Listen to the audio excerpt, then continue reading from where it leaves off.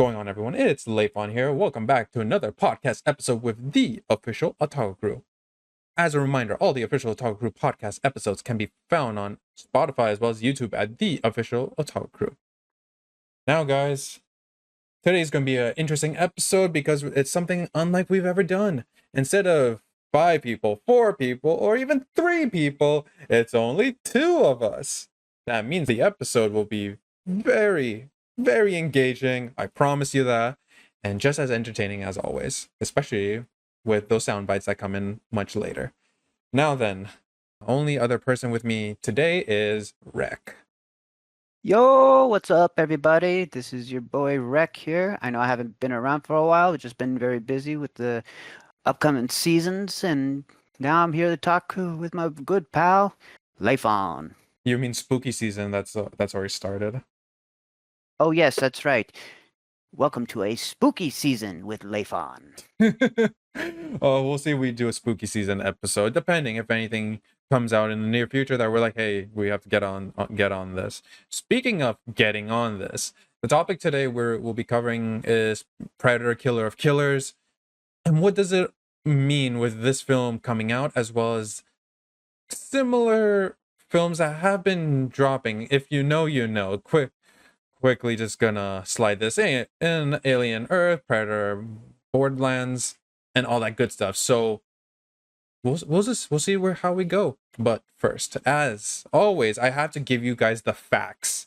The facts is how I operate, and I like giving you guys this information because I find it's necessary. So first things first, this particular animated Predator film was directed by Dan Trachtenberg.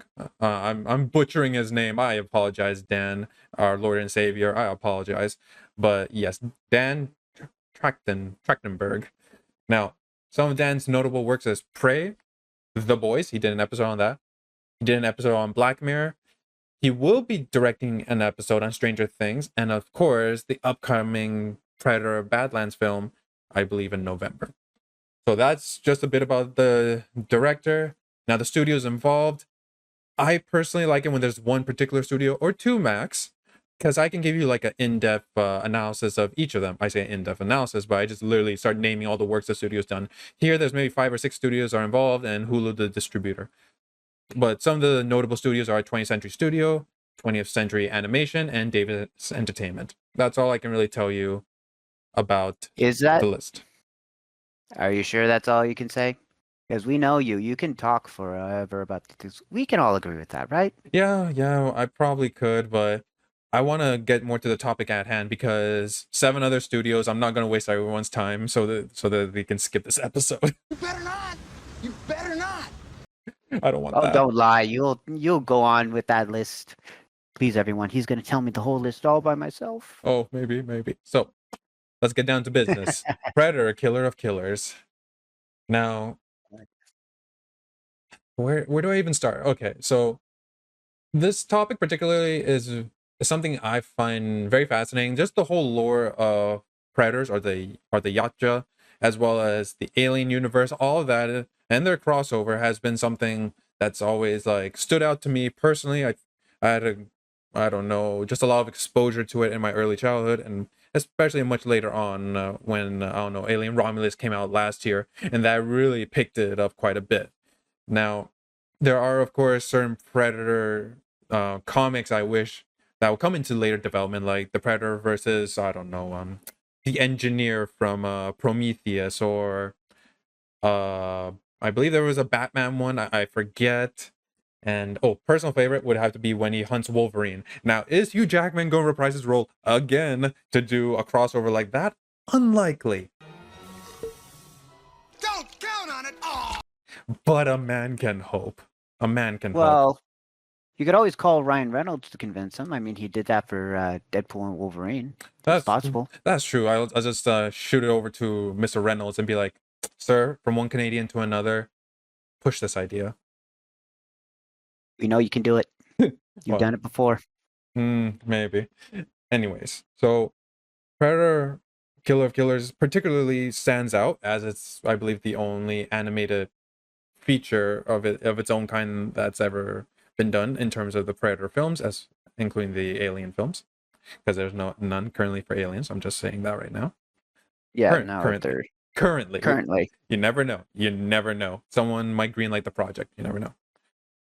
So this stood out to me because aside from it being animated, I started watching it, and the fact it takes multiple types of predators we haven't really seen before and puts them into this film, that really stood out to me, because honestly, the ones we've always seen, I'm not gonna say the typical ones, but some of the originals was the Jungle Hunter with Arnold Schwarzenegger, the City Hunter from Predators 2. What else? I'm trying to remember the rest. Scar from AVP, the one who survived till the end until a chest breaker broke out and the Predalien came into the world. Yeah. Wolf from Alien vs Predator Resurrection. I guess the one from Prey. I forget his name. Whatever it is. We're being introduced to so many different types that we've never seen before, and I found that personally fascinating because it really expands their hierarchy as well as the lore behind the Yautja. So that would have to be the biggest thing. Now, the stories themselves, superb. I've always wanted to see a Viking and a samurai, at least the samurai, fight a predator, and they did not disappoint me in those aspects. The storytelling, I want to say, was really good. Now, with all this being done, I have to look past some of the storytelling and see the art style itself. Now, but before I start going there, Rec, we did discuss this previously. You found this film a little on the odd side, I guess you can say, because you're used to like the live action and so, and for it to be in a different medium, that was somewhat off-putting for you. It was, because I've watched like the movies, both Predator and also Aliens film, and they were all like, I can ignore the heavy CGI, I honestly could, but going from a live action to an animation, like we have enough of that in the films. We don't need it to go like full, especially with some like visual effects that could be a little bit choppy, if you would. Because when you do an animation of something that's live action, you can tell through the action sequences that they skip a couple of frames, if you know what I mean. Yeah, for sure. And I think dominantly what we're used to is an anime feature becoming a live action. We've seen that many times and often here at the podcast. When Netflix decides to do it, we shit on it. We shit on it. And we serve it on a silver platter. Good. Exactly. Now, it's interesting that you're saying that the opposite is being done. Something that's live action is becoming an animated film. That is honestly an interesting comparison there, because it's not something we're often used to. There are rare cases for sure, and I can't list what those rare cases are. But for this, I guess this was something that like made you sort of question the film itself. Yeah, like for the longest time, I've always had a confusion with like the movies themselves, because like, of course, when you watch it in order from like the first film to like the last film that they made, like the time frames are always obscure, if you would. True. It wasn't until recently through like an online source that there's a specific way to watch the films, and then I rewatched all of it, and now it all makes sense. But then when I heard that there was an animated thing coming up, I got a little like, after watching it and then seeing that, I'm just a little concerned that there's going to be some steps that are going to be missed in this whole process. That's just my own thing. Oh, I can understand that. So there felt like points that they were trying to put too many stories in together. That I did feel, but I'd say 3 is always the magic number, because if there was only 2, it feels short. If there was more than 3, it'd feel honestly too long, because it's like so many characters you try and keep track of. But when they wrapped it down to 3, I found there was a lot more consistency with that, and those 3 leading to the ending of the film itself. But for sure, we can appreciate the franchise like continuing, especially after 3 movies. Any series that goes farther than 3 movies is an achievement in itself. However, the one thing that most production companies seem to make the mistake is that when you focus too heavily on the concept and not enough on like character development, then that's the other issue, because they'll go especially with films nowadays. It's like they go so much with the, like, how should I say it? It goes so much into the category of like pursuing the film's continuation and focuses on the wrong directions. Like my case, I don't like it when they add too much humor to True. the franchise. Like there are some cases when they add more humor than it's necessary. I'd say the Little only well, just to go off that point, I find the only one who was really adding humor was the what's his name? I'm trying to remember the name of the pilot. What was his name? The oh John J. Torres. He's the one adding the most, honestly, the most comedy throughout, because the samurai's quiet and the Vikings always yelling about her dead son. Oh my god, the guy would never shut up. Yeah, and I don't know if that's playing into like how to say this, like in these characters and where they come from, like the samurai often being the quiet one, the Vikings being portrayed as plunderers and are like heated for battle, and of course the one American, the talker and the comedic relief. I don't know if that was done on purpose at that point. I'm not sure, but I can understand like putting so much onto this particular character as a comedic relief was a little interesting, so to say. It's not a bad thing to add comedy to films. I have no issue with it. It's when they overdo it that's my main concern. But yeah, there's a time and place for it. There's very much a time and place. There was just too much. All right. So yeah, okay. I can see your point. Like during serious moments, it's like why are you cracking jokes at points? Now I get that. I find it more of a dialogue thing, really, and placement, if anything. But I found I really looked over that because there was so much else going on, especially with the implementation of the gun that we see again. Like that one musketeer gun that pops up so many times in the other Yautja films. You're seeing it again at this point in time. It's like, oh, subtle hints are coming right back. Oh yeah, no, absolutely. Like that for me was well done. That Where they prop. were able to exactly. They brought back something that was like almost told throughout, like an Easter egg, if you would. Pretty But much. Pretty much. it was definitely. Actually, I wouldn't say, but I would say like it was definitely a good like way to show a continuation, if you would. Like it showed a good flow of the timeline. Yeah, the only other times I recall seeing that particular gun was Predators 2 with the City Hunter, Prey, and I guess this one. I don't recall it in any other film. I mean, you've seen all of them recently, so you could correct me if I'm wrong, of course. Yeah, so it's you no, you pretty much have it on the hit the hail in the If you have something to say, then just spit it out already. Nail on the head. Thank you. Yep. All right. That is what you Yeah, so I like that there's a continuity that, or some sort of linkage, as you say, and that shows up throughout the films. But I find it's funny. It's like the American, they're like, you get a gun because this is as far as your weapon reach can go. I don't know if that was like a subtle finger to the face, because it's like your weapons, this is what we think of your weapons. It's literally a toy gun versus our big cannons and plasma blasters. Honestly, it felt like it's basically like, hey, know your place almost. Yeah, that's pretty much what it's going for. Like I said, it's a humor thing where it's they send their they send their soldiers out to fight these beings from a galaxy far, far away, but they can the weapons on Earth can only reach so far. That's true. Like the fact that they took it from one particular, like, I guess, point in time.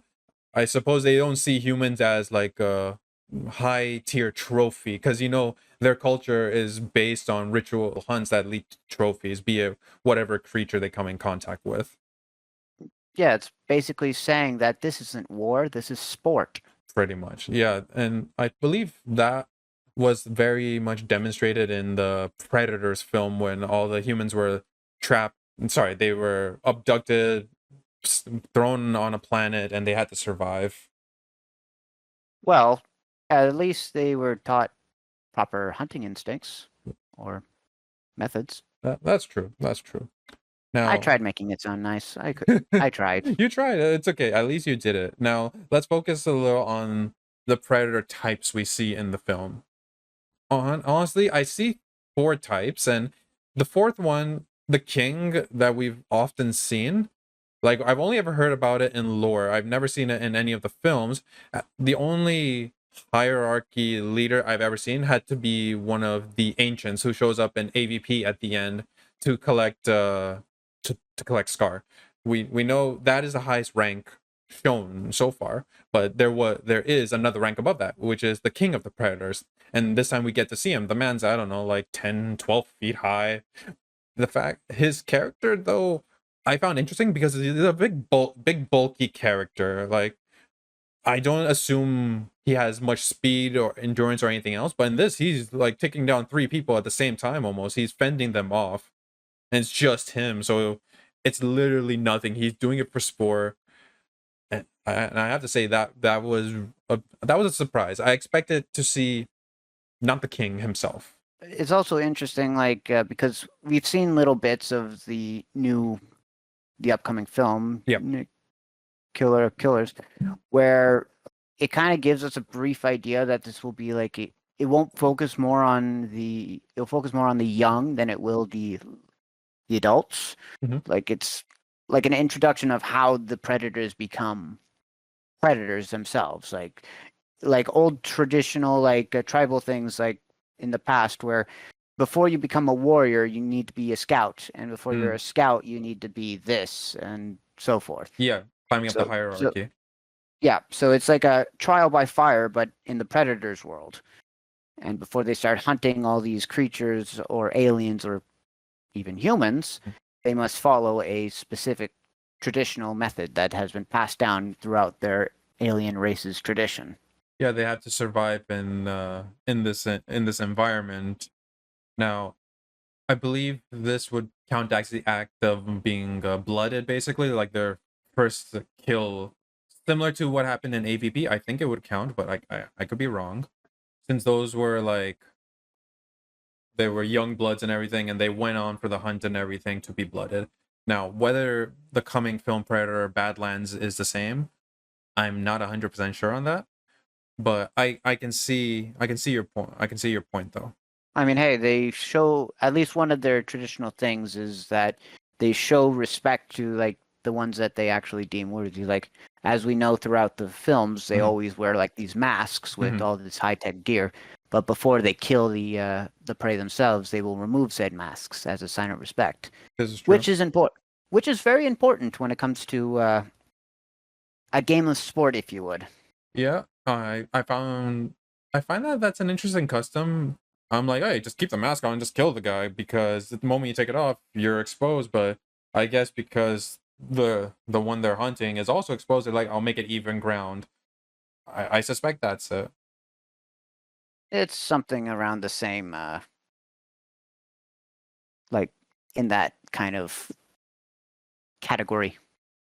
Yeah, and there are some predators in the film, like from the king. Aside from the king, we see the one who's bound up and everything. I guess you could say he's like the disgraced predator or something. He doesn't have a helmet or anything. He's just like face exposed and everything.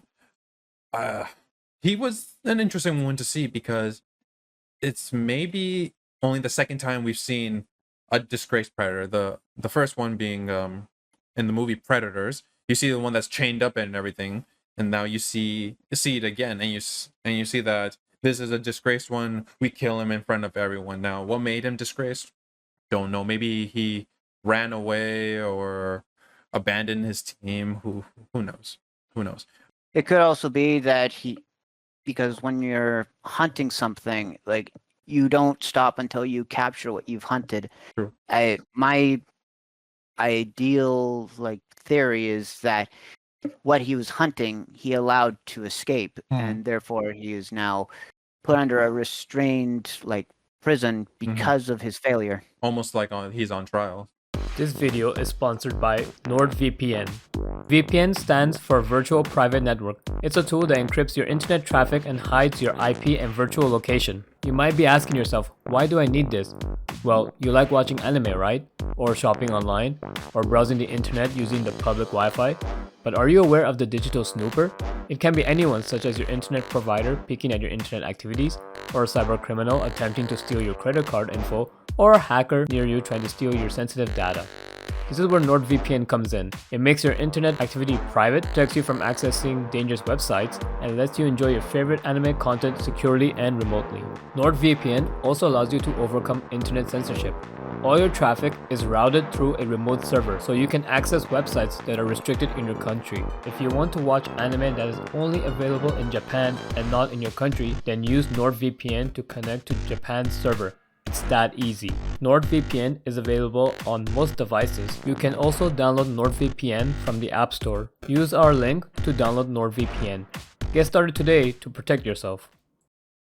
Yes, and this is his punishment. It's very possible. It's honestly very possible. I'd say that particular predator is the only normal one out of the whole bunch that we've seen, because there's him, there's the king we see, of course, there's I guess the guards or something, the ones around the king, because the king comes with like an entourage of people, so they're the guards. They seem a little more distinct looking. If I had to say, how do I say it? Like they're almost like a royal guard, even though the king doesn't need it. The royal guard is there. Yeah, even though the king is strong enough to handle whatever comes at him, he still needs that extra protection. Yeah, without a doubt. So see some of the characters we're being exposed to, and it's like it's subtly just being put in. This like the disgraced one, the king, his guard. It's just like it's fascinating to even see such characters now. But the real ones of interest, like I'm sure the humans are for sure interesting. Like I said, angry Viking, calm samurai, and talking U.S. Marine. That's okay, but it's the predators I find interesting because they just cool. You're goddamn right. Yo, that's all I'm gonna say if I had to. But we'll start off with personal favorite, the Berserker from the Viking one. Honestly, he was a step away from what I know as a predator because he's big. He's huge and he's a powerhouse. Like that doesn't seem to click into my brain as one of the predators because I assume they're like usually like I want to say average height. Sorry, average height is not the word, but there's a certain body type that I've often seen, and they're not super big bodybuilders or anything like that. The way they come off, but this Berserker one, he's a power lifter. I don't know what to tell you. He's I don't Well, know. if from what I've seen, and if I can just take a random guess, each of the predators, but I'm only basing this off like the classic one. Mhm. I'm estimating they're like what 7.5 feet tall. Something So like that, yeah. I mean, to us that's massive. Yeah. Like I've came across even a freaking guy who does basketball, and he's 6'8", and that's tall. Oh yeah. So for yeah. this, for a predator to be like 7.5 feet, I can't, like that terrifies me. And to have the muscle to lift up Mr. Schwartz on off his feet, like Mhm. yeah, I don't think that's someone I want to say hello to. Oh no, I wouldn't want to see it either. But you seeing what I mean? There's that standard of 7 foot something, and they look a certain way. This particular one with the Viking, I'll peg him at I don't know 9 feet for example, but it's just so different than what I'm used to. Him and his little strong hand and all that, because he has like a little drum, little plasma blaster looking hand. I just call it his strong hand at this point. I mean, hey, if you want an arm wrestle, I'll gladly give it. Just don't kill me. Hey. I'm sure he has a way with handshakes and all that as well. I'm sure it's like high five, fist bump, and all that. Now, Hey, I'll accept a strong bear hug if anything. okay, I can agree, but this one, he does carry the typical traits. The the the head brace, the four mandibles, and everything. Everything's pretty much similar in that respect, but it's just the body type. So I wouldn't say he's much of a reconnaissance from a distance. It seems more like a bulldozer type of predator, if you know what I mean. Oh yeah, no, he's definitely built like a freaking tank. Mhm. He's gonna run over you like without winking a second eye. That's It's like Mhm. the way I could describe it, it's like a moose with one of those mini cars. It's not gonna Oh, okay. happen. Yeah. And we're here in Canada. We know how big a moose is. That thing's gonna trample you. Oh, without a doubt, without a doubt. Aside from the way this particular one seems, I'm gonna take a guess that this one was sent not for reconnaissance or anything. Like I've said, he was sent for like full on demolition. He was supposed to go wipe out maybe the clan that the Vikings had gone to. What is it? The tribe that the girl and her clan slaughtered. I I have a feeling that this particular one was going there just to wipe them all out. That is possible. Yeah, it wouldn't be the first time. Like whether he's blooded or not, I couldn't tell you, but he went on a mission, or he was tracking the Vikings. It could be either or. Like whoever survived would be my final opponent. I mean, hey, it's survival of the fittest in this world. So, well, not our world, but that world. So yeah, it would be no surprise that like he want like a challenge in whatever fight he's in the near future. I'm trying to remember like his helmet though. I found his helmet was also interesting because typically a lot of the predator ones we see, other predators in the movies, they have the full masking that covers their mouth as well. But this Mhm. one had like an open slit, so you could see the mandibles and everything. It covers the face, covers the eyes, covers the cheeks, but the mouth is exposed. So it's not the first time we've seen this. I think we saw this in the movie Prey as well. It was just to cover the main part of the face, but the mouth was still open. I guess later on it was adopted to like, hey, we have to put something around the mouth as well.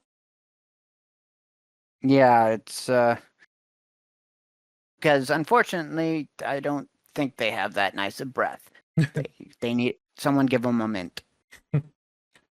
No, but out of all seriousness, it's the way I see it is that it's one thing for them to cover their eyes, but on a more like what's the best way? Like traditional case. Even here, like on Earth, like we have traditions where they would have full-faced masks, Mhm. and each one would have like a representation of certain dynamics.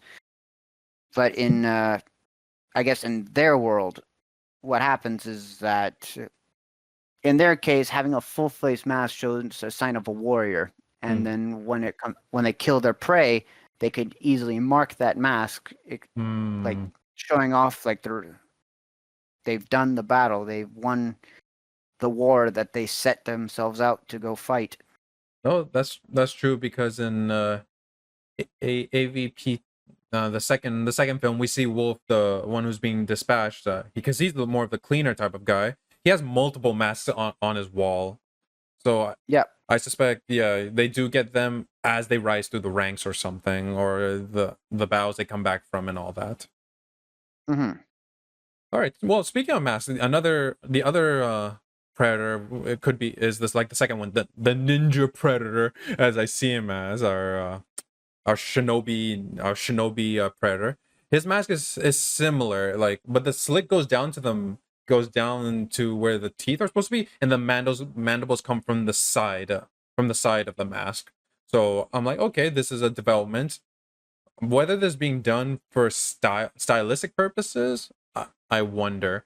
But this particular Yautja, when we see him fighting, you see he's a little slightly on the slender side, sort of. I don't know. I think he's the typical 7 foot one, but he's not particularly.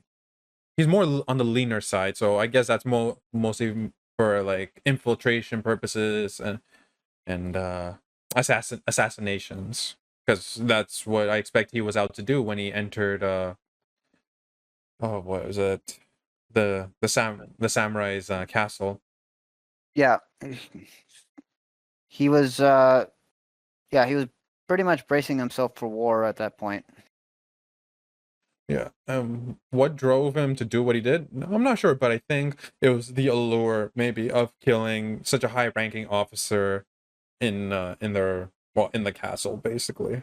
But then our boy, Ronin, had to come in and just mess the whole plan up. Oh yeah, he did his. He definitely came in at the right time. Well, his right time. The other one, no. Oh, unfortunate, but yeah, his that was something else. Like I felt sad for the samurai, honestly. Him in his childhood with his brother, his sort of mean dad. That's a nice way of me saying it, and everything. And he was going to sneak in to try to kill his brother, but fate sent a predator to rekindle their brotherly love. Yes! That's awesome! Oh, you gotta love that. Yeah, it's for the plot, man. The development is for the plot. So with that though, I did enjoy the fight sequence. Honestly, this had to be a particular favorite fight sequence as compared to the others, because it's just the way they're moving around. I know you said it seemed like they skipped frames.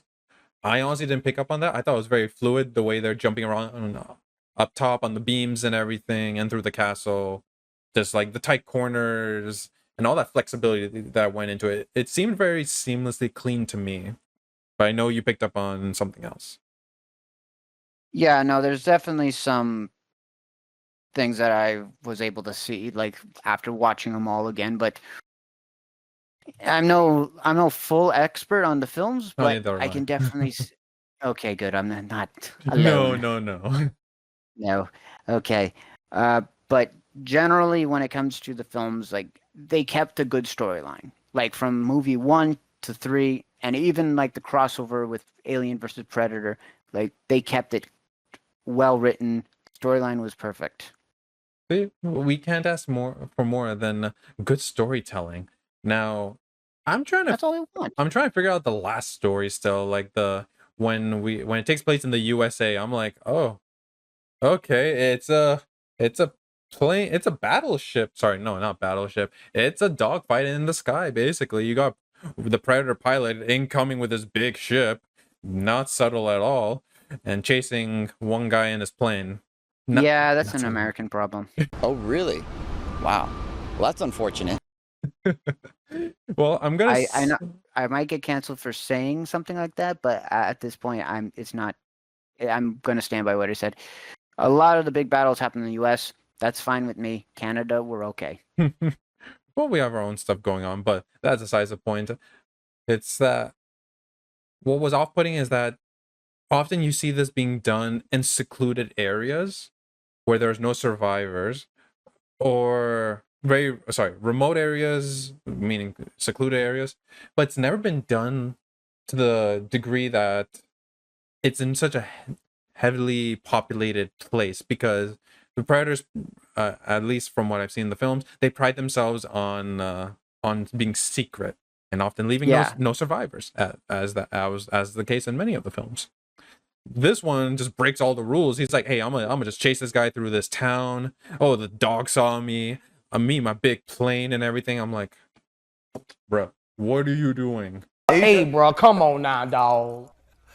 Come on, man. Well, I mean, when you think about it, it's kind of the main idea, if you would, because they can't always tell you what they're up to. Like, it's secrecy is kind of a thing that everyone loves to do because, for some dumb reason, it's the best plot that you can ask for. Just be quiet about it and hope for the best. Yeah. I mean, honestly, yeah. It was a little weird for me personally. Now, I understand taking the 3 champions to their home world, having them duke it out in their home turf. I understood. But to send one of your own with a huge ship right into, I don't know, plain sight, it was I just found that like, wait, why would you Yeah, do that? that was too much. Or just kill them all off in the air. Like, what if we let the guy with the one plane get away, let John get away, and we don't blow our cover? But no. No, no. Idiot. This had to be more difficult than it had. This had to be something they had to do on their own ideas, on their own turf, not Yeah. just let things happen. Honestly, I believe they only ever did it because in one of the Predator films, humans I don't know, found a predator, they sedated him, they have their technology. That is much later, but at the point in time that this particular sequence is taking place, there's a huge gap. So maybe they did it because they showed like, hey, we've already done it in the real movie. We can get away with showing it here. Maybe that's it. I'm not sure. Now, I find there could have been reasonable substitutes that could have been used. Instead of the story that they decided to take, I believe there could have been other ones. I don't know, French Revolution. The Predators were there. The No Man's Land. Predators were there. I that's what I thought the next film was going to be, but that didn't happen because it's happening in such a point that nobody would sort of notice this happening in the background. Like someone's being hunted, and nobody would honestly ever notice that any of it's happening. But nope, they decided to go all guns ho and planes. It's either go big or go home. That's the old saying. Pretty much. And finally they got away from the Predator King a little too quickly, but I like how they ended with he's like, send all the troops, go get them. I'm like, and my boy John is somehow flying an alien ship. I'm like, really, John? How are you doing that? Because reasons! Well, hey, I give him points for knowing how in the first shot. Oh, I mean, true. it took me a bit to get my driver's license, and this guy figured out a whole spaceship in less than 5 minutes. Like, hey, that's an achievement. Well, that's just lazy writing. Honestly, yeah. At that point, I just don't question. I just think it's plot armor and them getting away. Now the hunt. Now that the king says the hunt is on, I'm like, well, guys, good luck. Good luck. Have fun. Because if they start figuring out how the ship works and it's not even their own language, I'm like, it's literally plot at this point. They had to nerf the samurai by cutting one of his arms off. I mean, hey, a warrior is not a warrior unless it has a battle scar. That's true. Or in this case, that's a battle scar forever. a lost limb. Oh, or a lost limb, yeah. The spoils of war, right?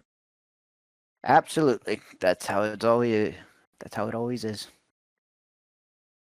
So overall, the film, I personally enjoyed it. Now I can see where you're coming from, Rec, in terms of some of the stylistic choices and such things that they decide to go through with the film.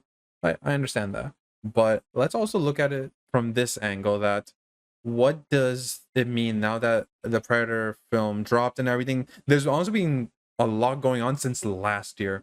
First, Alien Romulus. We saw the film together, and not much time later, it was, I think, the anniversary of Alien Isolation. The developers dropped the hint, hey, it's been this long, the game did very well, we're going to drop a second game.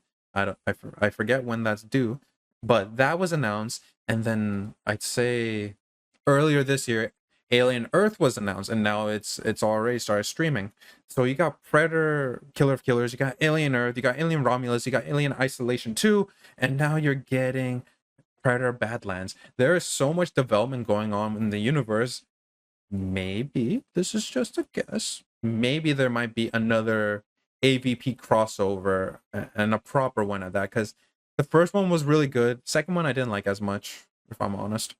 So maybe the next one might just be the cherry on top. It just might be, if done correctly. That is very true. Like, it just takes just a smidge of good luck and a smidge of good work, and you can develop an endless world. Now, in this very case, like, yes, the movie that we saw last year has shown a lot of promise, especially with all the announcements of projects that are coming after that release. We're going to be seeing a lot of improvement, and this is hoping that if we do get another instance where we get a crossover, they're going to do it right the first time. Not like a second movie, we're going to try to fix a mistake or try to change up a trailer, but just get it right the first time. Perhaps it really depends how they decide to go about it. I assumed, for some reason, I was assuming the next Predator film would be another animated film, but like to wrap up this one. But them leaving it open ended, I'm okay with that because at the end we know the Predators get them and wipe out whole civilizations because that's what they did at the end of Prey. Just because she killed the Predator. At the end, if you stay towards the end of the credits, you see the drawings that the Predators came and just nuked their whole village. Tragic! Yeah, no, that's for sure. Like we're gonna make sure that they're on ball with the timelines, but at the same time, we got to be careful with how they like move forward with it because there's a lot of expectations, and these guys must know by now that the public is waiting for this to happen, and they need to make sure that when it happens, they bring it to life just like how they used to. I honestly really hope so, especially seeing maybe, I don't know, I was going to say a special episode, but that's never going to happen. The actual origins of the musketeer gun, like seeing the movie where and which time it took place and showing this is what was happening during that time. I forget what was written on it, honestly, but going that far back in the past, because we've seen Prey already, we've seen it with the Aboriginals, they decided to go a little far back. Why not go even further back and show the origins of that damn gun? Oh yes, now that will be nostalgia in its finest. For sure. For sure. And I expect to see a very old school Yautja, like just hunting an XYZ timeline. That is another thing though that I kind of wonder is because in like the Alien films we see like the whole story happen throughout like different times in like the near future. Like you got 2089 and then you have like 14 years later and then you have like another 100 or so later. True. So it's like I'm kind of wondering a little bit if like is this something that's going to go on Okay. like because don't get me wrong, I don't mind like their big timelines and all that, but at the same time I don't want it to I am a little afraid that they will mess that up. Okay. No, I understand that, but this is something only I recently learned. So there was the question of why don't the predators, why don't they invade the aliens' home world? I think it's called Xenomorph Prime or something. They said there were maybe a few reasons. Major reason is that that's their home world, and there's too many of them, way too many, and the predators would be just literally nuked. Well, technically they do the nuking, but they would be bodied very easily. And so what the predators do is that they try to capture or harvest a few of the face huggers because they want to use whatever embryos they're laying for to grow xenomorphs who will then be hunted. So they want to do it in a controlled environment. This would be outside their control, hence they would most likely lose. So when you're saying that there's so many year differences, it's because the predators are literally taking the embryos and implanting them to create xenomorphs. So it's not strictly being done on their world. Right. No, it's but what I mean by that is because we see a lot of instances we watch Predator like happen in like the 1719 and then throughout other forms of history. But then we talk about like the xenomorphs being in like so far in the future. So I guess I kind of want like a happy medium of timeline. Well, they did do it in this film when they took 3 different characters from 3 different timelines and put them in cryo sleep. So that might be the way. Maybe they'll shoot a predator into the future by putting him into cryo sleep because they got the technology to do it. Heck, the humans have the technology to do it. They're always in cryo sleep. That is true too. Yeah, and every time they go into it, one just busts out someone's chest. I'm like, bruh, why are you doing that? You go to sleep just to wake up in a nightmare. That's the story of their lives. That's essentially it. It's like you don't plan to surgically remove anything that's inside them. You're just like, oh, this thing on his face, he must be okay when he wakes up. It's like, are you stupid? No wonder you're all dying. He's out of line, but he's right. It's a scientific discovery. They want to see what happens first before it all goes to hell. You would think they would learn, but no. Ignorance is bliss, honestly, at that point. No, curiosity is bliss because people think that just because they want to tickle their curiosity that everything's going to be okay. Yeah, but they don't actually understand that things are going to go shit very fast. That's true. Wayland Yutani has a habit of making things go to shit really fast. Yeah. Every time you see that, it's just like, yeah, you're doomed. Yeah, you don't really see it in the Predator films, like a specific name or place where it's like, oh shit, they're doomed. You don't really see that. The moment you just see the Predator, is like, well, shit, I'm dead. I'm not gonna survive. I will survive. So, yeah, that's honestly all I have. Would I recommend this to a friend to watch? Yes, I think I personally would. They don't have to be like a diehard fan, but if diehard fans watch it, that's great too. I'd say this is different. It's similar when Star Wars Visions came out, the anthology series on Disney Plus. It was a different medium, but it told a story. And this is another form of storytelling. I honestly appreciate it. It's just a different medium, and it feels refreshing in that case to me. Oh, absolutely. I would probably do the same, where I would recommend this to a friend, only if they watch the other stuff first, because I don't want to say, hey man, let's have you seen this movie? I highly recommend it. But next thing I know, he hasn't seen anything before. Yeah, they'd be like, super lost. Yeah.